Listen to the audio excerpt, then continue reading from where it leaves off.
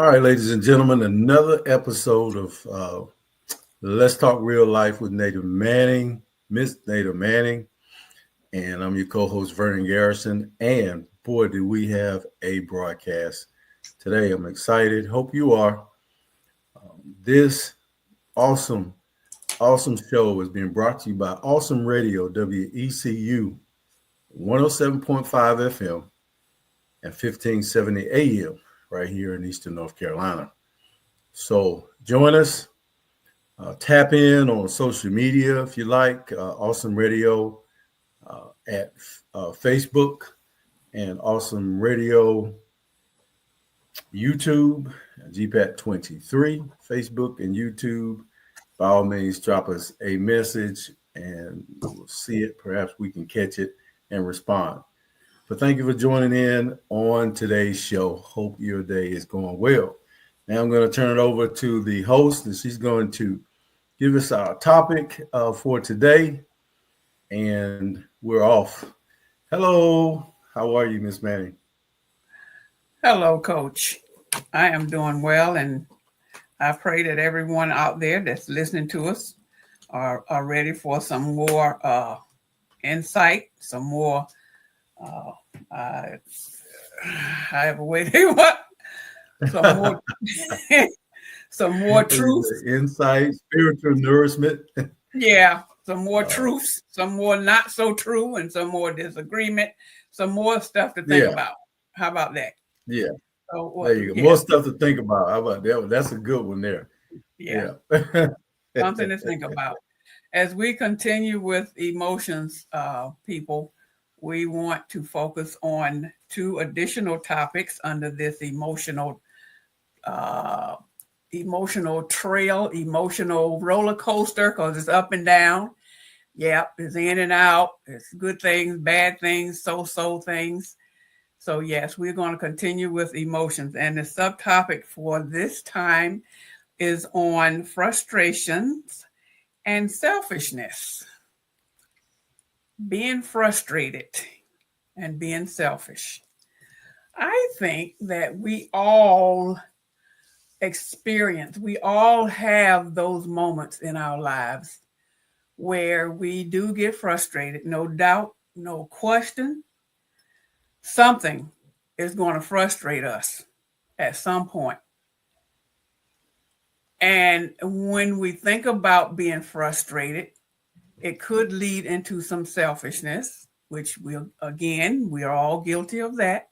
Whether it be a little bit of selfish or a big bit of selfish, it's like a little lie and a big lie. A lie is a lie.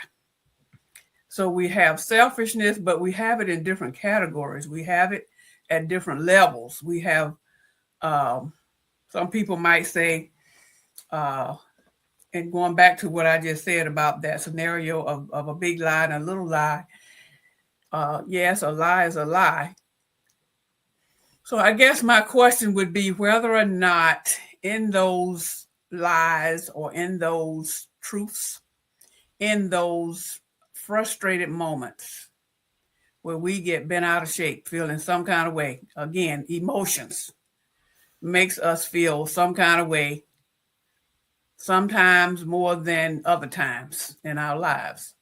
It depends on, my favorite two words, it depends on what's going on. So let's start with being, I don't know, let me see, should the chicken come before the egg? Frustrated could lead to selfishness, and selfishness could lead to being frustrated. Yeah. So let's put it in alphabetical order then. Let's go with the F for Frank. Frustrated. Let's start with being frustrated. Oh my goodness. I'm here to tell you now, that word right there, it can creep on us so quick sometimes. And we just get tired of being tired. We get frustrated with things not going our way. We get frustrated sometimes, believe it or not, when things do go our way. Why are we going to get frustrated if it's going your way? That makes no sense. But that's why I say sometimes this frustratedness can lead into being selfish. If it's going your way and you're still not satisfied, you're frustrated, what's the problem? I think a little bit of selfishness might be in there. And why so? Because if you're getting what you want, it's what you want. Okay, does not say anything about what the next person is getting, whether or not they're getting what they want, but you getting what you want. That can be that can be a good thing because you are satisfied, so to speak. But if it's some frustratedness going on in there, that's where it get kind of confusing right there. If it's going your way, why are you being frustrated? Because even though you're getting what you want, you're not getting it the way that you wanted it. How about that? If you're not getting it the way you wanted it, then you get frustrated. It's like, I wanted to go to school, or I wanted my degree, or I wanted to get a better job. I wanted a different kind of job. Okay, you're going to get that job, but you get frustrated because of the timing of you getting the job. You said you wanted a different job. You said you wanted job A over there. You got, well, B, let's say B. You got job A, but you want job B over there. Why? Number one, because it probably pays more money. Number two, it might be more convenient for you to commute to that B job. So you're getting what you want, but you're getting frustrated because now you have to wait. Okay, that ties into getting the selfishness in there. You're getting what you want, but you're not getting it when you want it. Is that not being selfish? You know you're going to get it, but you're still not satisfied because it's taking too long. Was there any stipulation on when you were supposed to get this job? Well, I thought it was going to be in 30 days or 60 days or 45 days. I thought. That's the impression that I got. Remember, this is selfish now because now I'm tying selfish with frustrated. You are frustrated because you are not getting it when you thought you was going to get it, whatever it is. I'm saying job for an example. So we get frustrated. Well, okay, Mr. or Miss Frustrated, you have what you know you're going to get what you want, but it's just not working out the way you wanted it, or it might not be with the company that you wanted it to be with. So you're frustrated. You're disappointed in that you're not getting it the way you wanted it, when you wanted it, and how you wanted it. It's not if, because the if is not in there anymore because you're going to get the job. Well, how long is it going to take? So we get frustrated.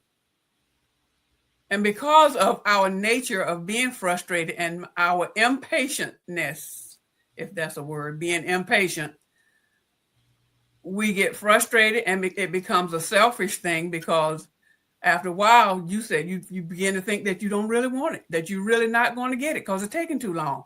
So you get selfish in that, you know what? Never mind. I don't want that. I'm going to start looking for something else. Now, what you're doing now is opening the door up for the next person to get the job that you were supposed to have been getting. But because of your selfishness, it's all about you. Then you want to just go on and leave it alone and try something else. And then you're going to miss out on everything.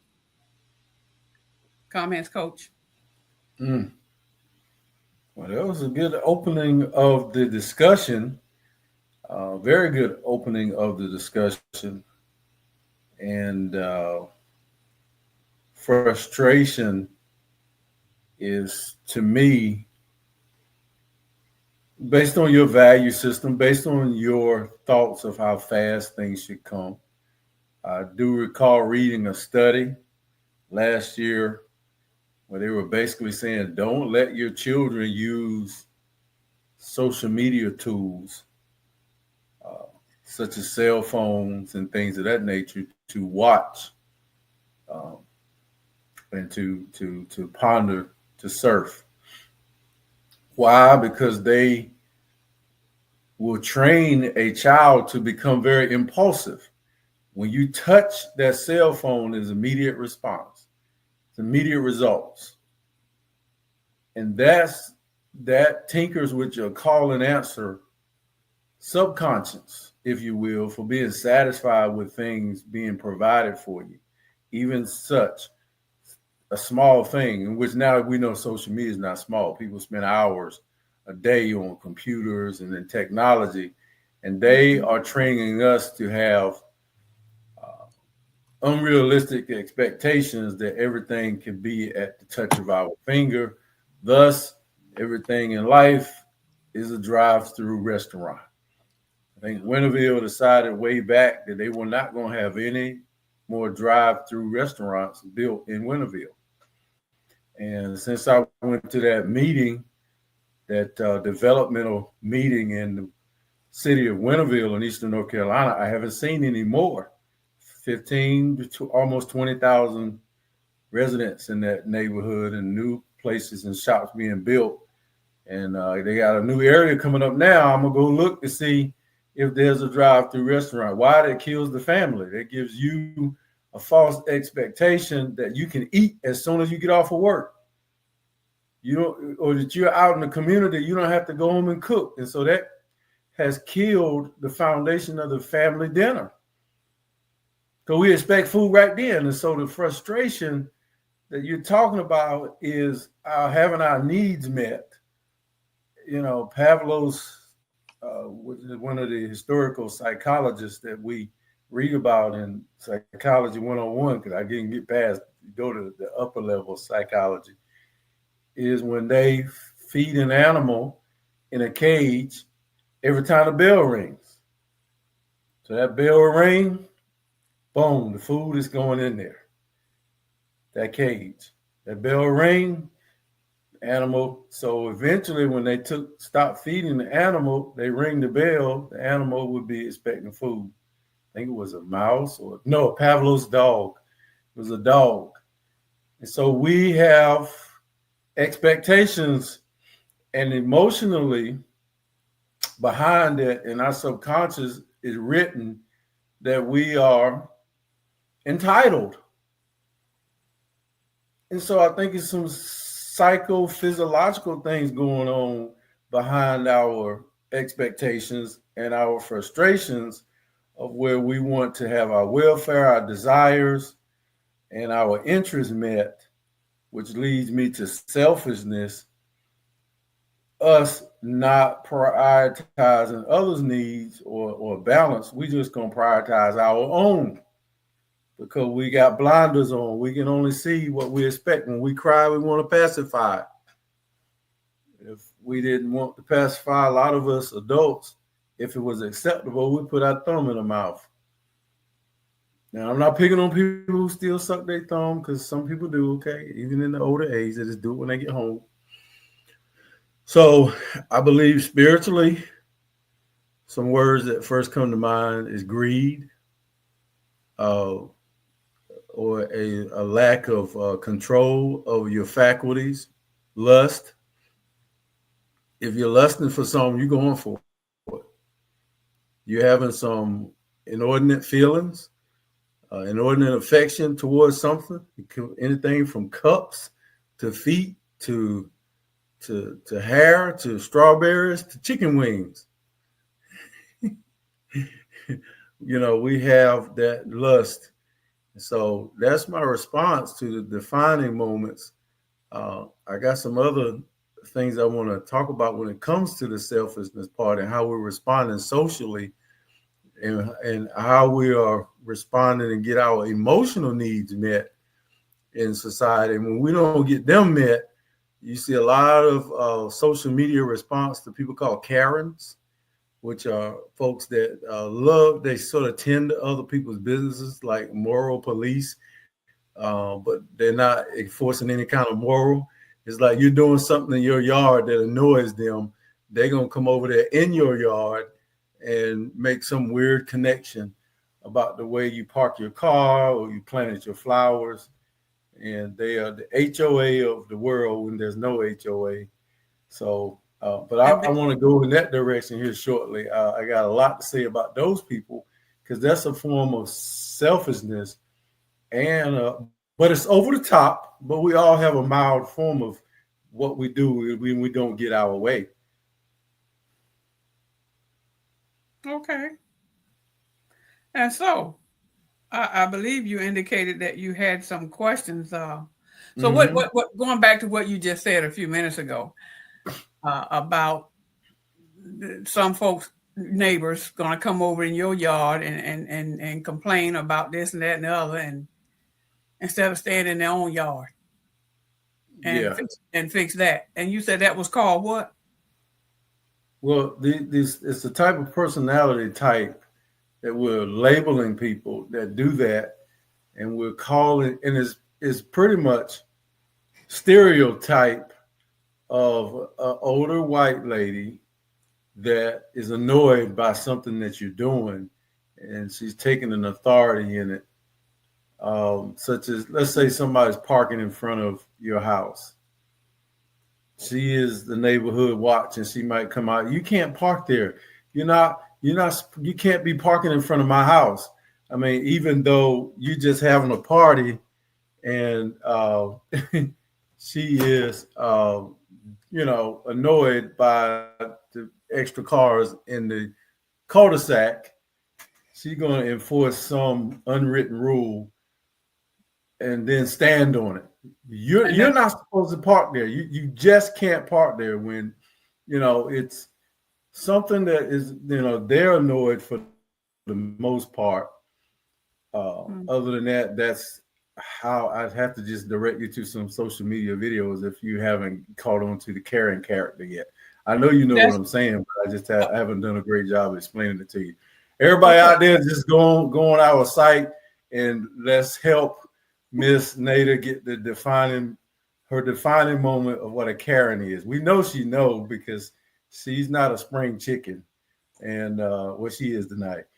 But go on our post and put up there what a Karen is, and there's male Karens too. Yeah, that's what the word I was looking for. I knew what you were saying, but I was trying to understand what you called it.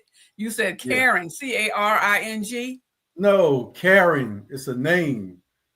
Karen. Karen. A caring personality? Yeah, no, the name Karen. Like everybody who acts this way, it's not good because you'll meet somebody that's named Karen every once in a while.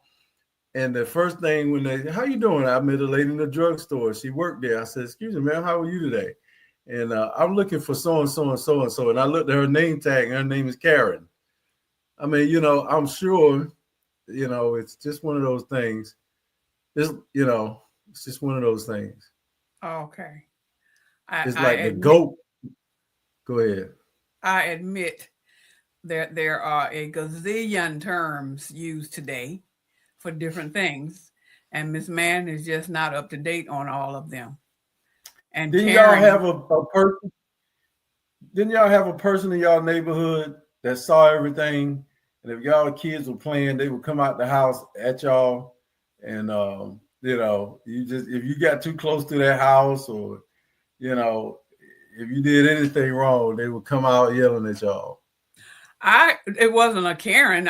We would just call them troublemakers, instigators. Okay, well, that's what I'm saying. I'm trying to parallel your life experience with a Karen. Okay. You get in a parking space, and there's two cars waiting for and one of the cars is you, and you get the parking space before the Karen. You might hear something about it. Okay. I get it. I get the scenario. I just wasn't familiar with that term Karen. I said, okay, what is a Karen and who is it? I mean, I just never heard it before. So that is okay. It's all right. I'm going to send you a link. All right. I'm good. I'm good. Thank you. Thank you so much. You explained it very well, sir.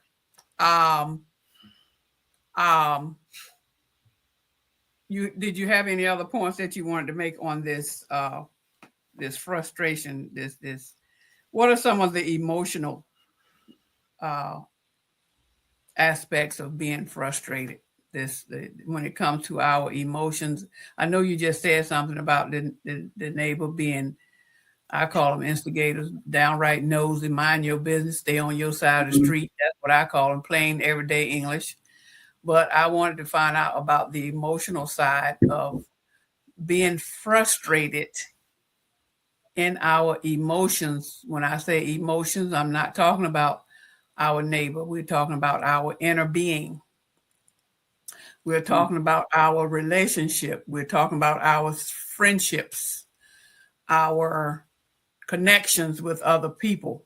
Frustrated in the sense of, I don't know, maybe being,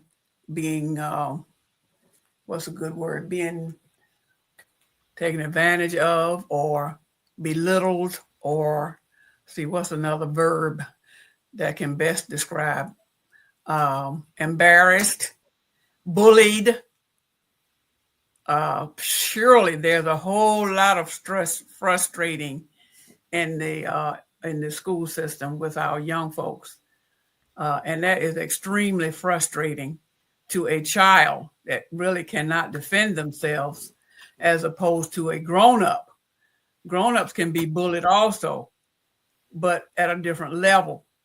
And frustrations come there, no matter what the age is. You get frustrated when you are bullied, when you are belittled. You get frustrated on your job when you are trying your best to do a good job, and it's never right. It's never acceptable. It's always something wrong with it. You get very frustrated, very, very disheartened, very much so want to walk out that door and tell whoever it is, you know what y'all can do with this job. Frustrations in our emotions can get out of hand, and it can go, and has done so, gone to the extreme. In the workplace, in the family, even in the community, but especially at the workplace. Everybody's tolerance is not the same when it comes to that,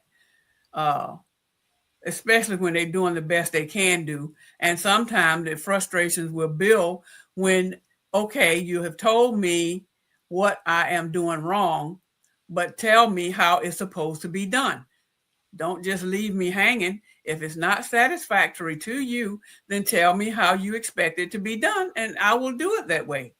So let me ask you this question. Let me ask this question, because you're going on one of them teaching rambles right now. Okay. I'm just messing with you. If you are, I wrote a piece and put it online the other day, got a few likes. Emotions, do emotions make decisions, or does emotions make choices? Does your emotions make decisions, or does your emotions make choices? We need to make decisions based on what we know rather than what we answer the question. Answer the question, ma'am. Yes, sir. Does your emotions make decisions, or does your emotions make choices? Decisions or choices? I have to rebut on that and say, what's the difference between a decision and a choice? No, if you don't know that, then say it. That's a nice way to say you don't know then. No, I'm not going to say I don't know. Well, take a chance, because I'm going to share that with you afterwards. Take a chance and pick. Does your emotions make choices, or does your emotions make decisions? I can't answer that straight out because there's more to it than that. So no, go ahead. Because I pick one. You're not going to embarrass yourself. Pick one. I'm saying I think it's all one and the same. Nope. Good thought though, but there is a difference. Hold on. Now, don't come back and try to answer the question while I'm giving the answer now. No. Don't give me the question. If you're not going to answer the question, you're not going to answer the question. Don't give me the answer. Let me say what I want to say. I'm good. Okay, well, say what you're gonna say then, because I'm not gonna give you the answer, and then you're gonna look at me and say, "Oh, I know that," because you've already got the question wrong. You got to choose one. You wouldn't leave the question blank on the test. That's automatic. That's an automatic wrong answer. You would at least choose one of them and pray you get the right one. So I'm not in favor of your methodology at all right now. Decision or choice, you say? Yes. Does your emotions make decisions, or does your emotions make choices? I would say choices. Very good. Because your emotions, a decision is a well thought out process where you are weighing the pros and the cons, and you're going to make a decision. Your emotions are based on how you feel at the moment. You can be hot, hungry, angry. Okay, now everybody's catching on. Come on. Yeah, raise your hand and say you got it. You in the back. Your emotions will help you make a quick choice and a spontaneous choice at that. To hit somebody, to call them a name, to pick that piece of cake right there just because it's appealing to the eye. That's what your emotions will do, will help you make a choice. Now, yes. Can I use this scenario with a choice? Sure. I mean, go ahead. I'm listening. Say we're driving. Yeah. And we're out in the traffic. Yeah. Okay. The light is yellow. Uh-huh. And we choose to go through the light. Right. Is that not a good scenario? We could have stopped and waited, been cautious like we supposed to do, but many of us don't do that. We're going to go through that yellow light because we got somewhere we got to go. Mm-hmm. So I decided to go forward. That's the answer to the question. You made a decision. That wasn't a choice. And that's why, yes, you made a decision because you calculated, I can't even say the word right. You calculated the pros. That light just turned yellow. I can make it before it turns red. And you had a chance to think the process through. It's not too many thoughts that you had to think through other than how long has the light been yellow? That was it. And you felt like the light would stay yellow long enough for you to go through it. Okay. Now, if that light is being yellow more than those milliseconds, we know that. And then your emotions of trying to get somewhere on time, they will make you make a choice, stop or go. One of them is, I'm going to blow this light because I got to get somewhere. That's the choice part. Then the decision part is, that light just turned yellow. I guess I better stop. So there can be both of those right there in the moment, but that decision or the choice will be you working on. You're in a heated situation with the opposite sex, and you don't know whether you're going to put on protection or not. You go into the scenario and you haven't thought about anything. In fact, you may or may not thought it could happen. So you go into it and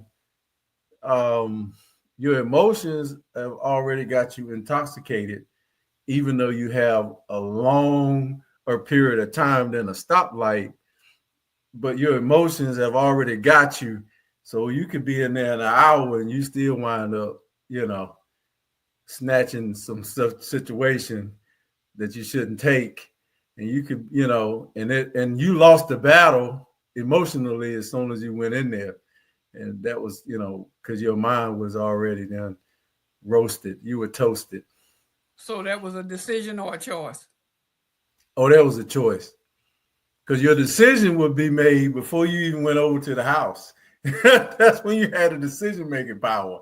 So what I wanted to demonstrate is the time comparison of the stoplight situation, milliseconds, and you had a chance to make a decision.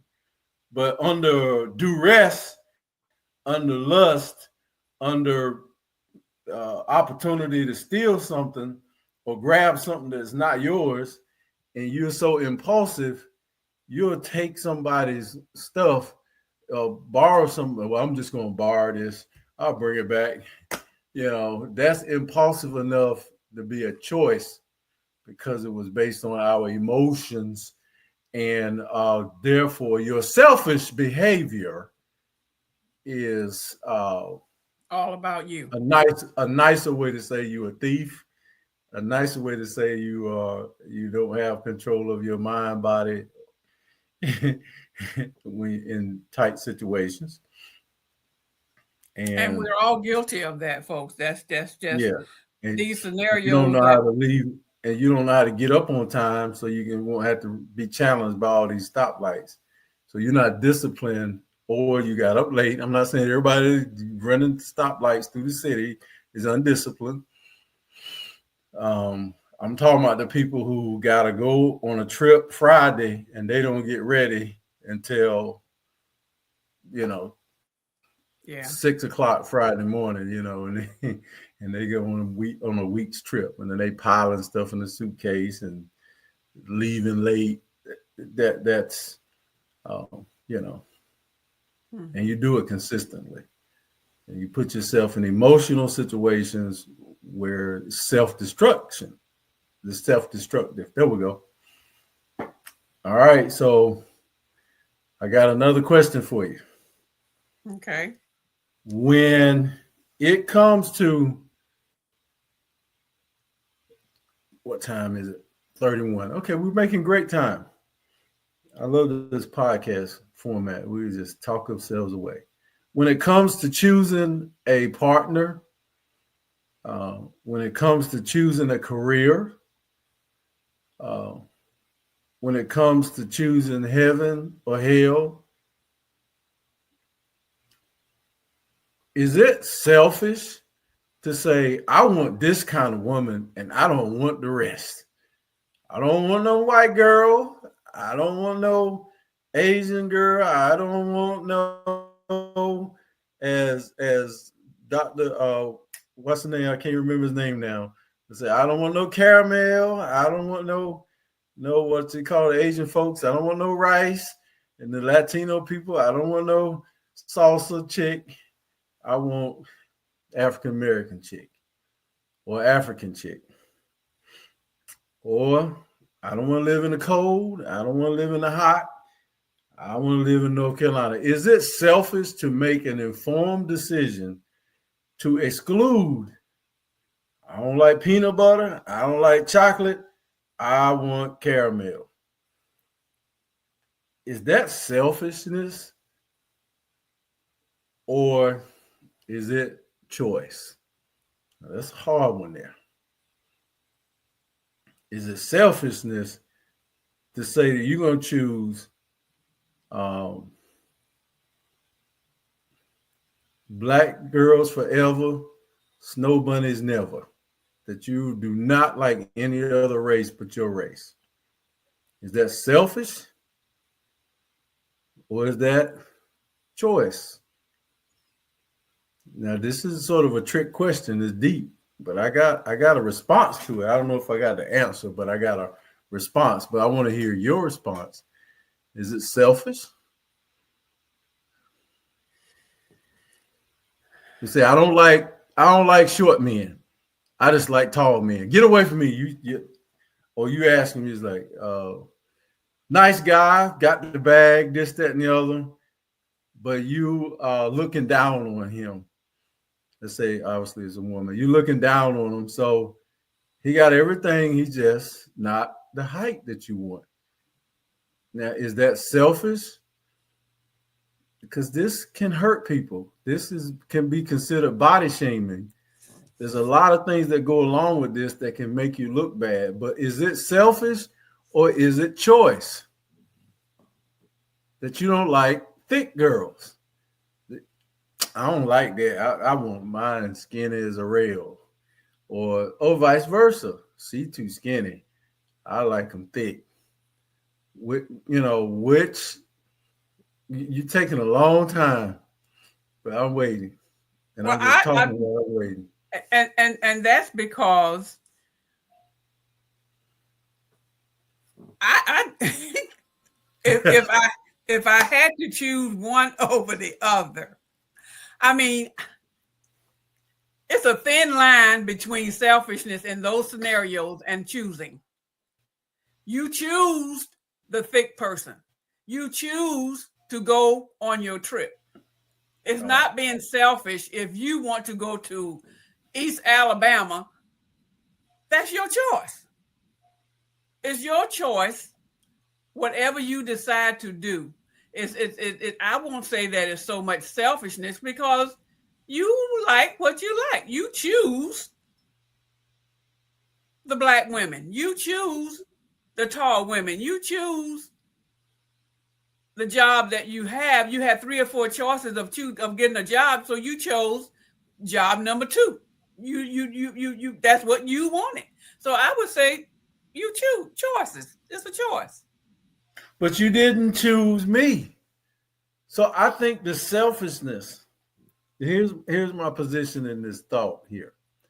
I think that selfishness or the frustration can come based on how you make the choice.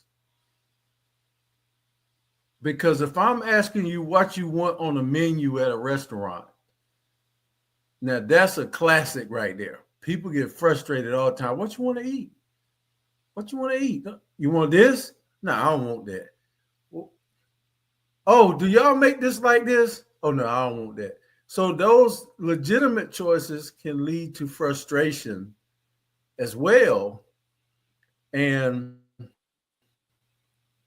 I think that we can call people who are unwilling to compromise selfish at times. So it's kind of blending in to. I agree with that. Yeah. You see where I'm coming at? You know, it's like you don't want what I cook. Well, you won't eat it all. Now, who's being selfish? Me or the person that don't want to eat what I cook them? Why does it have to be that scenario? Why does that have to be a selfishness at all? That person chooses not to eat what you cook because they don't like what you cooked. I don't think that's being selfish. They're indicating what they don't like. Well, sometimes now, it would be selfish of you as the cook to say, well, if you're not going to eat what I fixed, then you don't get anything. That's being selfish. Well, sometimes you cook not for entertainment purposes and not to impress someone. You cook because it's time to eat, and that was all that was in the refrigerator to cook.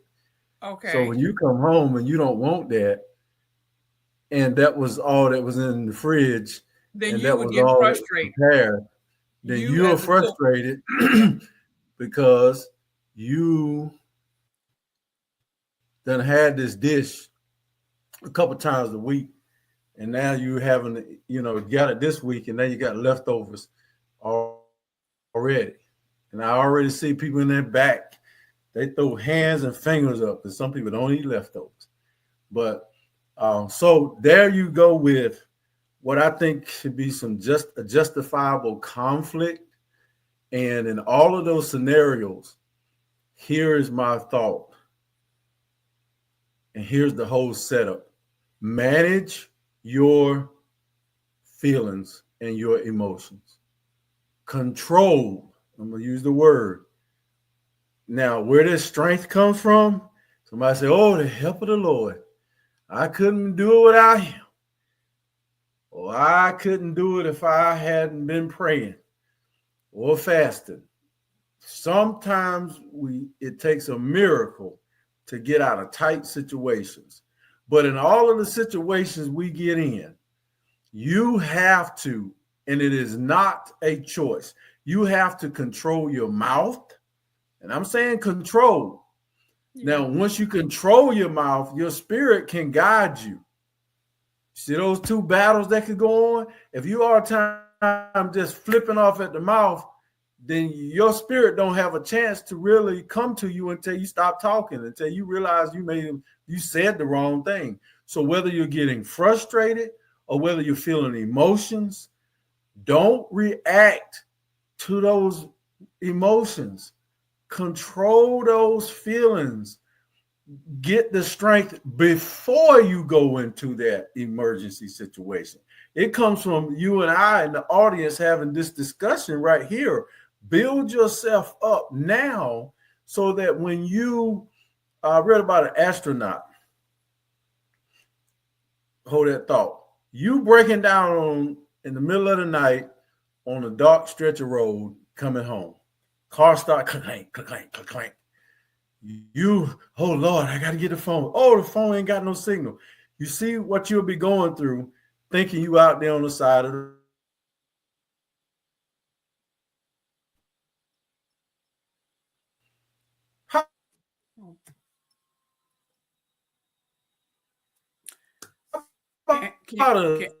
Did not hear anything you saying. Spaceship. Getting past the technical difficulties. Gotta love it. Okay. A spaceship captain. Go back to the road.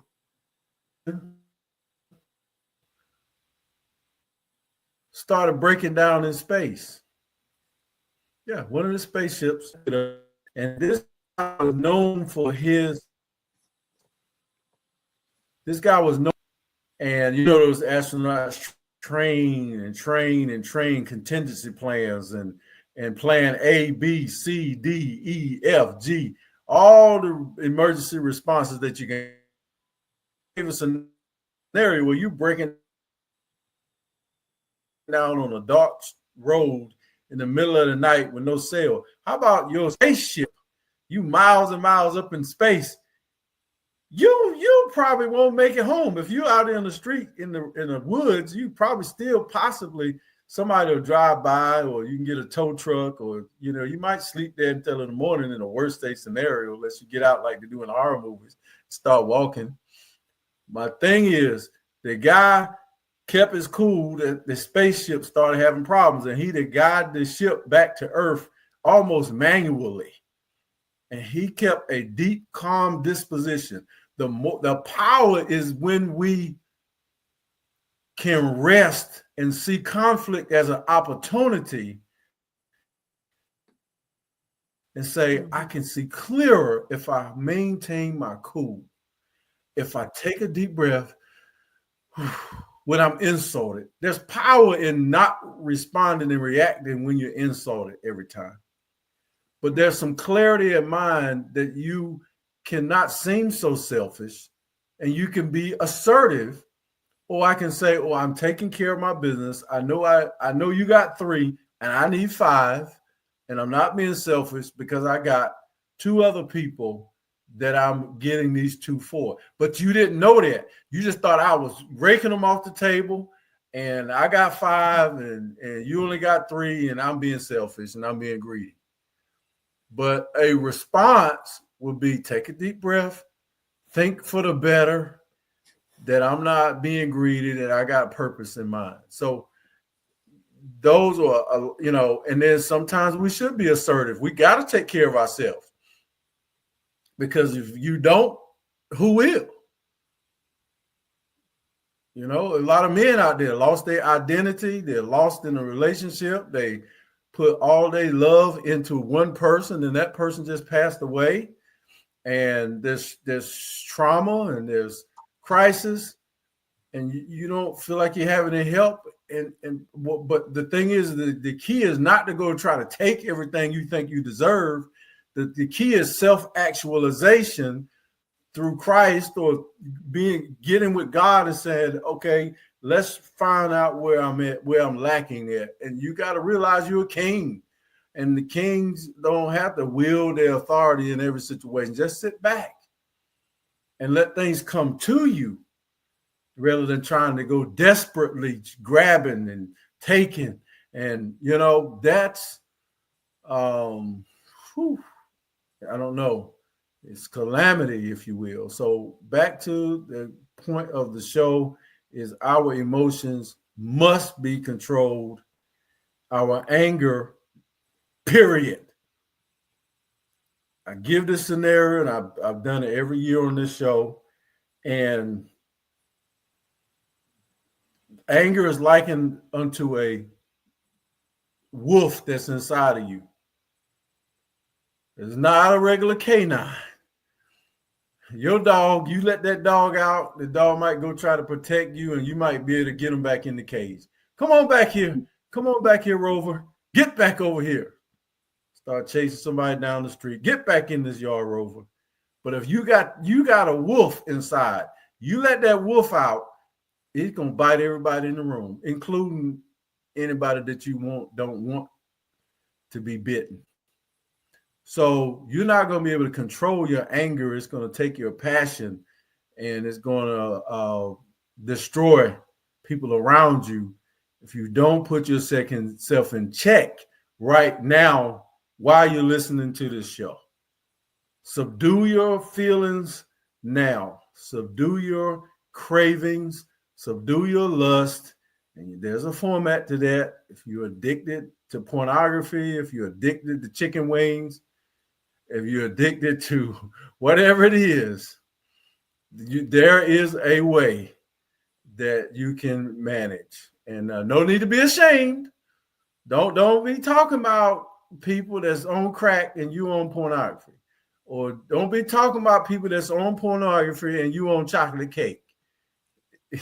Or you on collard greens and neck bones and you're eating so much you're taking blood pressure medication at the highest dose. Don't be talking about nobody else's sin when you got your own. That's what I'm talking about. Okay? We all have come short. Amen. A couple of more points I wanted to make before we close. Going back to frustration. What about being emotionally exhausted? We get emotionally exhausted in most situations, whether any kind of relationship. We get emotionally exhausted with our children. We get emotionally exhausted with our parents. So it does not have to.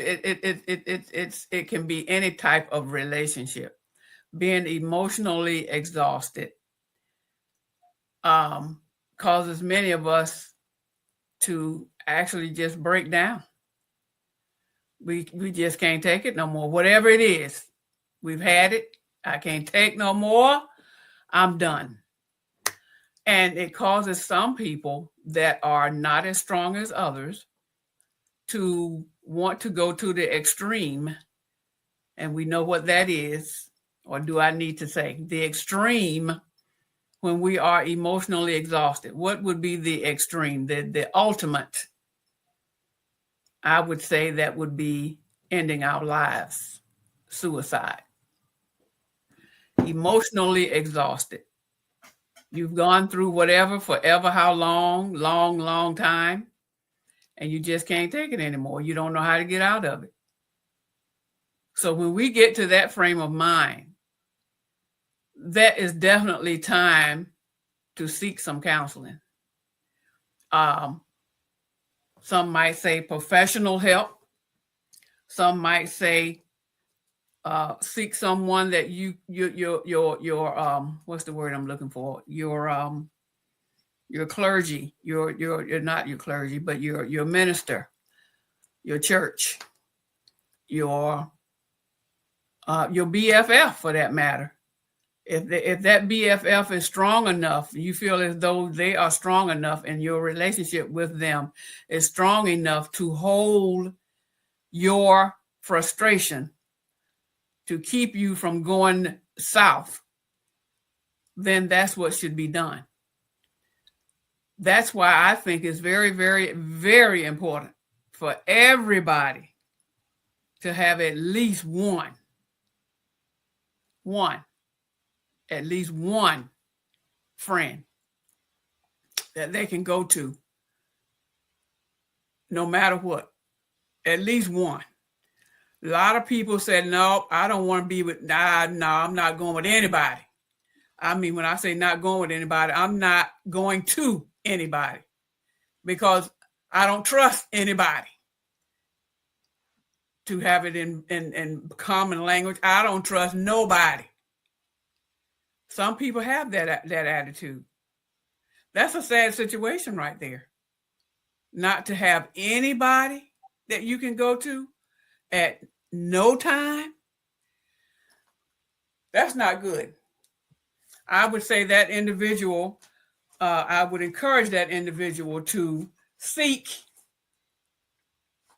a person whom they can call their BFF. That's one person you can go to if you can't go to anybody else. That's the only person you can trust. At least you have one. The danger comes when you have none. Zero. Because God did not make us to live on this earth by ourselves. Now, I don't think that there's nobody. I don't think that there's one person that is going to share everything about them to this one person. No, because I don't know if it'll be little bits and pieces, and I'm hearing you very closely is to try and find somebody. But now I'll say this, I got to admit, my faith for humanity is shaken. I don't see this one person, in human form. And that stems from your past experiences. And I get what you're saying in human form. Yeah. But I still say it is in the best interest for every one of us to at least have one person. I still say that. I really do. Mm-hmm. And if you don't, then ask your Heavenly Father, our Heavenly Father, to show you that one person. Because that one person can be someone you can lay hands on, you can touch them, you can go to them, you can sit on a park bench and talk with that one person, as opposed to going to the bench by yourself, sitting out there by yourself. Yes, it's solitude in doing that. Yes, that is. Let me